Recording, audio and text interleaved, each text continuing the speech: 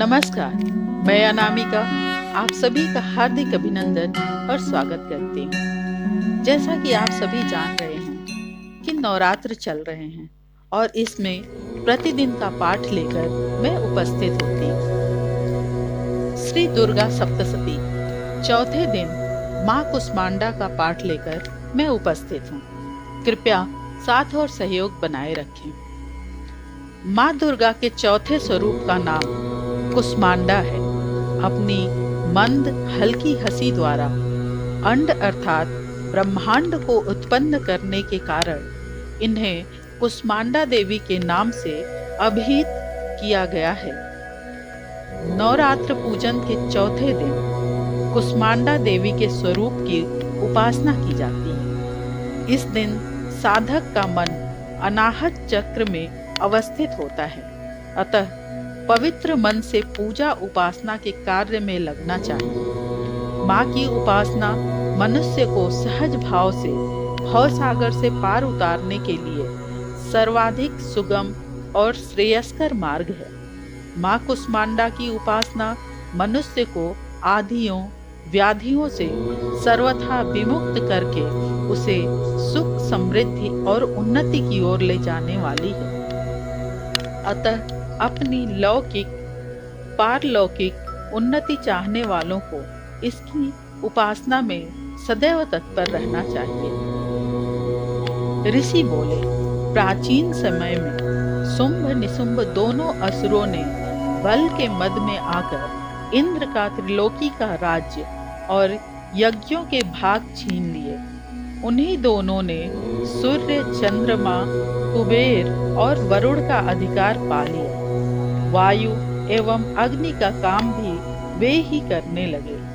देवताओं को तो अपमानित, पराजित एवं राज्य भ्रष्ट करके स्वर्ग से निकाल दिया।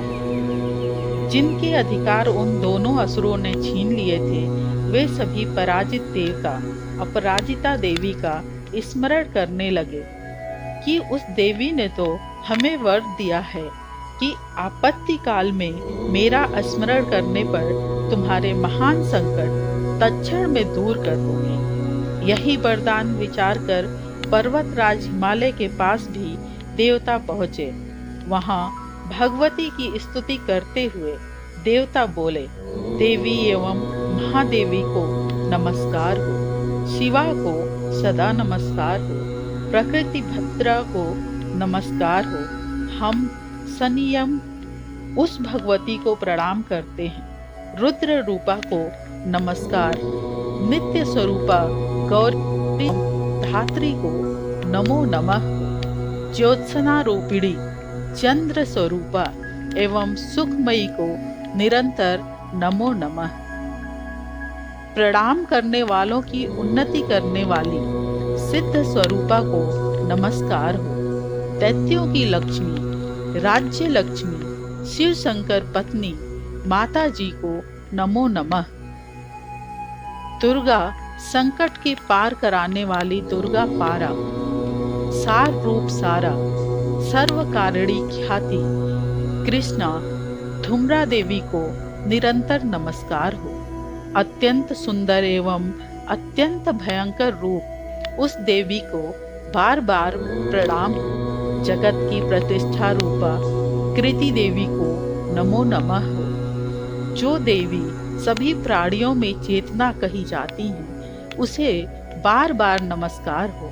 जो देवी सभी प्राणियों में निद्रा रूप में कही गई है, उसे नमस्कार, उसे बार बार नमस्कार हो। जो देवी सभी जंतुओं में क्षुधा और छाया रूप में स्थित है, उसे नमस्कार, उसे बार बार नमस्कार हो। जो देवी प्राणियों में क्षमा शक्ति तथा तृष्णा रूप में स्थित है, उसे नमस्कार हो, उसे नमस्कार हो, उसे बार बार नमस्कार हो।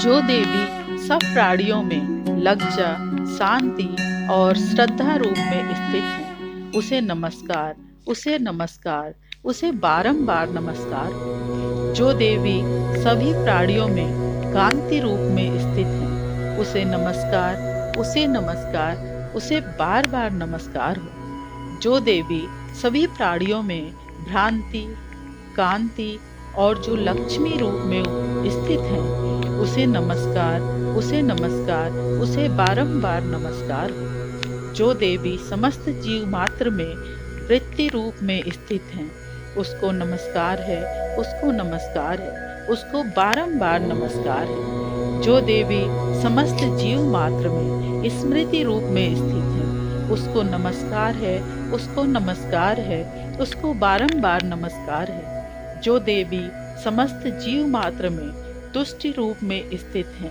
उसको नमस्कार है, उसको नमस्कार है, उसको बारंबार नमस्कार है। जो देवी समस्त जीव मात्र में माता रूप में स्थित है, उसको नमस्कार है, उसको नमस्कार है, उसको बारंबार नमस्कार है।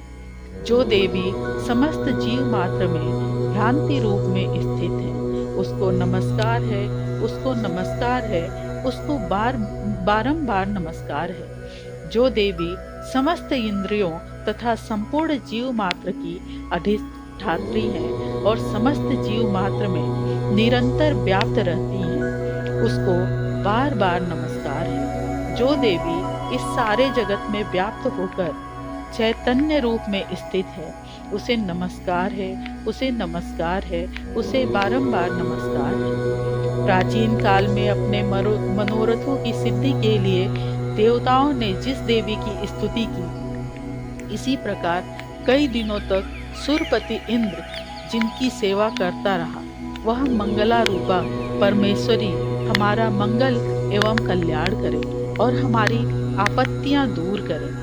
दुष्ट दैत्यों से संतापित हम संपूर्ण देवता जिस भगवती ईश्वरी को नमस्कार कर रहे हैं और भक्ति पूर्वक नम्रता के स्वरूप मनुष्यों द्वारा स्मरण किए जाने पर उनकी विपत्तियों का नाश कर देती हैं, वह हमारी भी सभी विपत्तियों को दूर करे। ऋषि बोले, हे राजन, सभी देवता जब इस प्रकार भगवती की स्तुति कर रहे थे, उस समय श्री गंगा जी ने जल में स्नान करने के लिए श्री पार्वती जी आई। उस समय सुंदर भौहों वाली पार्वती जी ने देवताओं से पूछा कि तुम लोग किसकी स्तुति कर रहे हो? तब उनके शरीर कोश से प्रकट होकर शिवा बोली, ये देवता तो शुंभ दैत्य से सताए हुए एवं संग्राम में निशुंभ से पराजित हुए मिलकर मेरी ही स्तुति कर रहे हैं। श्री पार्वती के शरीर कोश से श्री अंबिका जी का प्राकट्य हुआ। इस कारण सारे संसार में कौशिकी के नाम से प्रसिद्ध है। इस प्रकार जब कौशिकी प्रकट हुई, श्री पार्वती रूप में काली हो गई, अतः हिमालय में रहने वाली काली का नाम विख्यात हुआ। उसके अनंतर शुंभ निशुंभ के सेवक चंड तथा मुंड ने वहां आकर उस अंबिका देवी को देखा, जो उस समय परम सुंदर रूप धारण कर रही थी। उन दोनों ने शुंभ दैत्य को जाकर कहा कि हिमालय तो अपनी कांति से प्रकाशित करती हुई परम सुंदर स्त्री वहां बैठी है। वैसा उत्तम परम सुंदर रूप किसी ने भी कहीं नहीं देखा होगा। हे असुरराज, वह देवी कौन होगी, इस बात का आप ही पता लगाइए और उसे ग्रहण कीजिए। वह स्त्री क्या है? रत्न ही है। उसके तो सभी अंग बड़े मनोहर हैं। अपनी दिव्य कांति से दिशाओं को प्रकाशित कर रही है। हे दैत्येंद्र, वह तो बैठी हुई है, आप जाकर उसे देख सकते हैं। हे प्रभु, जैसे भी हो आप उसे ग्रहण कीजिए। ऋषि बोले। तब चंड मुंड के वचन सुनकर शुंभ ने महाअसुर सुग्रीव को दूत बनाकर देवी के पास भेजा और कहा कि तुम मेरी ओर से उससे इस प्रकार कहना और इस प्रकार उपाय करना जिससे कि वह प्रसन्न होकर अत्यंत शीघ्र यहाँ आ जाए। यह सुनकर वह दैत्य पर्वत के उस प्रदेश पर पहुंचा जो कि अत्यंत सुंदर था। वहां पर ही देवी बैठी हुई थी। वहां जाकर उसने देवी से मधुर वाणी द्वारा कोमल वचन कहे। दूत बोला, हे देवी, दैत्यों का स्वामी शुंभ तीनों लोकों में परमेश्वर है। मैं उसका दूत हूँ। मुझे उसने आपके पास भेजा है। मैं वहां जो उसकी आज्ञा न मानता तो उसे परास्त कर देता हूँ। उसने सभी देवता परास्त कर दिए हैं। अब आपके लिए जो संदेश है वह सुनिए। उसने कहा है, सारी त्रिलोकी मेरी हो चुकी है, सभी देवता मेरे अधीन हैं, सभी यज्ञ भाग पृथक पृथक करके मैं ही पा रहा हूँ। त्रिलोकी भर में उत्तम सभी रत्न मेरे अधीन हो चुके हैं। इंद्र के श्रेष्ठ वाहन ऐरावत हाथी को मैंने छीन लिया है। देवताओं ने क्षीर समुद्र से उत्पन्न उच्चैव श्रवा नामक अश्वरत्न प्रणाम करके मुझे भेंट कर दिया है, तथा और भी जितने देव गंधर्व एवं नागों के पास रत्न रूप वस्तुएं थी, वे सबकी सब वे सुंदरी मेरी हो चुकी हैं। हे देवी, अब हम तुमको स्त्रियों में रत्न मान रहे हैं। इस कारण अब आपको भी हमारे पास आ जाना चाहिए, क्योंकि हम तो रत्न के भोक्ता हैं। अब तुम्हारी इच्छा है कि मुझे अथवा मेरे पराक्रमी भ्राता निशुंभ को इन दोनों में से किसी को वर लो, क्योंकि तुम रत्न रूप हो। मेरे साथ विवाह कर लेने से तुम्हें अतुल ऐश्वर्य प्राप्त हो जाएगा। यह अपनी बुद्धि के द्वारा सोच लो कि मेरे साथ विवाह कर लो। ऋषि बोले, जब इस प्रकार दूत ने देवी से कहा, तब वह जगत को धारण करने वाली भगवती देवी जी गंभीर होकर मंद मुस्कान करके बोली, हे दूत, तुमने जो कुछ कहा वह सत्य है, मिथ्या कुछ भी नहीं। इसमें संदेह नहीं कि शुंभ त्रिलोकी का स्वामी है और निशुंभ भी वैसा ही है, किंतु मैंने प्रतिज्ञा की है कि उसे किस प्रकार से मिथ्या करूं। प्रतिज्ञा इस प्रकार है कि मुझे युद्ध में जीत ले एवं मेरा अभिमान तोड़ दे और संसार में मेरे समान बलधारी हो, वह मेरा भर्ता हो सकता है। शुंभ आए अथवा महाअसुर निशुंभ आ जाए, मुझे जीतकर मेरा शीघ्रता से पाणी ग्रहण करे। दूत बोला, हे देवी, तुम्हें अभिमान है तो इस प्रकार की बातें मेरे सामने कर रही हो। भला कहीं त्रिलोकी में ऐसा कौन सा पुरुष है जो शुंभ निशुंभ का सामना कर सके। सारे देवता तो दूसरे दैत्यों का सामना भी नहीं कर सकते। तू तो स्त्री है, फिर अकेली बैठी है। युद्ध भूमि में इंद्रादिक सभी देवता जिस शुंभ आदि दैत्यों के सामने न ठहर सके, भला तू स्त्री होते हुए उसका सामना कैसे कर सकेगी। इस तरह चले चलने से तुम्हारी प्रतिष्ठा होगी, अन्यथा जब वे तुम्हारा केस पकड़कर घसीटते हुए ले जाएंगे तो तुम्हारा गौरव नष्ट हो जाएगा।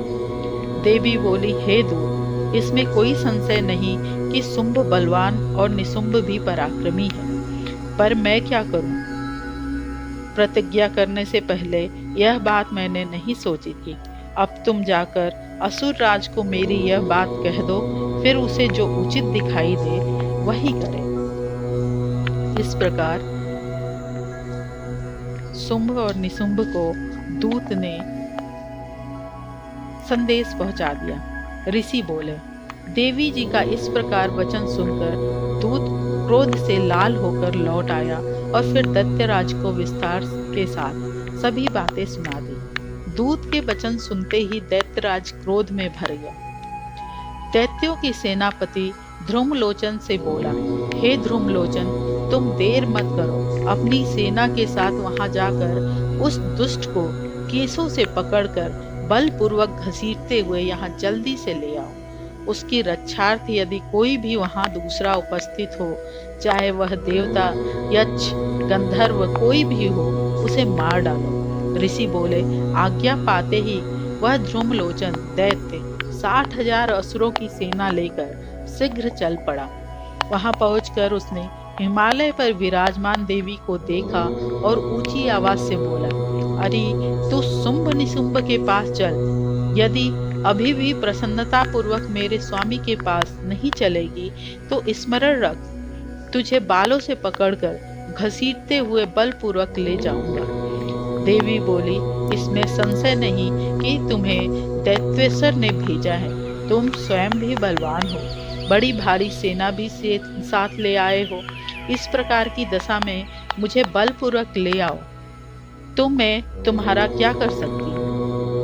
ऋषि बोले। जब इस प्रकार का उसे उत्तर मिला तो ध्रुमलोचन असुर देवी की ओर दौड़ा। तब वो देवी अंबिका ने पुकार के शब्द से उसे भस्म कर दिया। फिर तो असुरों की क्रोध में आई हुई सेना तथा अंबिका जी ने एक दूसरे पर तीक्ष्ण बाण, शक्तियां, फरसे आदि बरसाने आरंभ कर दिए। इधर देवी जी का वाहन सिंह भी कुपित होकर भयंकर नाद करता हुआ अपने बाल झटकारता हुआ असुरों की सेना पर उछल पड़ा। उस सिंह ने कुछ असुरों को पंजों की मार से एवं कुछ एक को अपने जबड़ों से तथा कुछ एक महाअसुरों को नीचे पटक कर दांतों और दाढ़ों से विदीर्ण करके मार डाला। कितने एक दैत्यों के केसरी से ने नाखूनों से पेट फाड़ डाले। कितने एक दैत्यों को तल प्रहार कर उनके सिर धड़ से पृथक कर डाले और अन्य की भुजाएं, सिर आदि छिन्न भिन्न कर दिए। कितनों के पेट फाड़कर गले के बाल फटकारते हुए सिंह ने रुधिरपान किया। अत्यंत कुपित हुए देवी जी के वाहन बलवान सिंह ने क्षण भर में दैत्यों की सेना क्षय कर दी। देवी जी ने उस असुर ध्रुमलोचन को मार डाला। देवी जी के वाहन सिंह ने भी सारी सेना का क्षय कर दिया। शुंभ ने जब यह सुना तो उसके क्रोध का पारा चढ़ गया और उसके होठ कांपने लगे। झट शुंभ ने चंड तथा मुंड दोनों दैत्यों को आज्ञा दी, हे चंड तथा मुंड, तुम दोनों बड़ी भारी सेना लेकर वहां पहुंचो। उसे जल्दी से जल्दी यहाँ लाओ। उसे सेना लेकर खींच कर या बांध कर ले आओ। यदि इस प्रकार लाने में तुम लोगों को संशय हो तो युद्ध करो। सभी प्रकार के अस्त्र शस्त्र से सारे असुर मिलकर उसे मार डालो। उस दुष्ट के मर जाने पर एवं सिंह के भी मारे जाने पर जिस दिशा में भी अंबिका पड़ी हो उसे बांधकर अपने साथ लेकर शीघ्र आओ। इस प्रकार चौथे दिन की कथा संपूर्ण हुई। जय सनातन, जय भारत।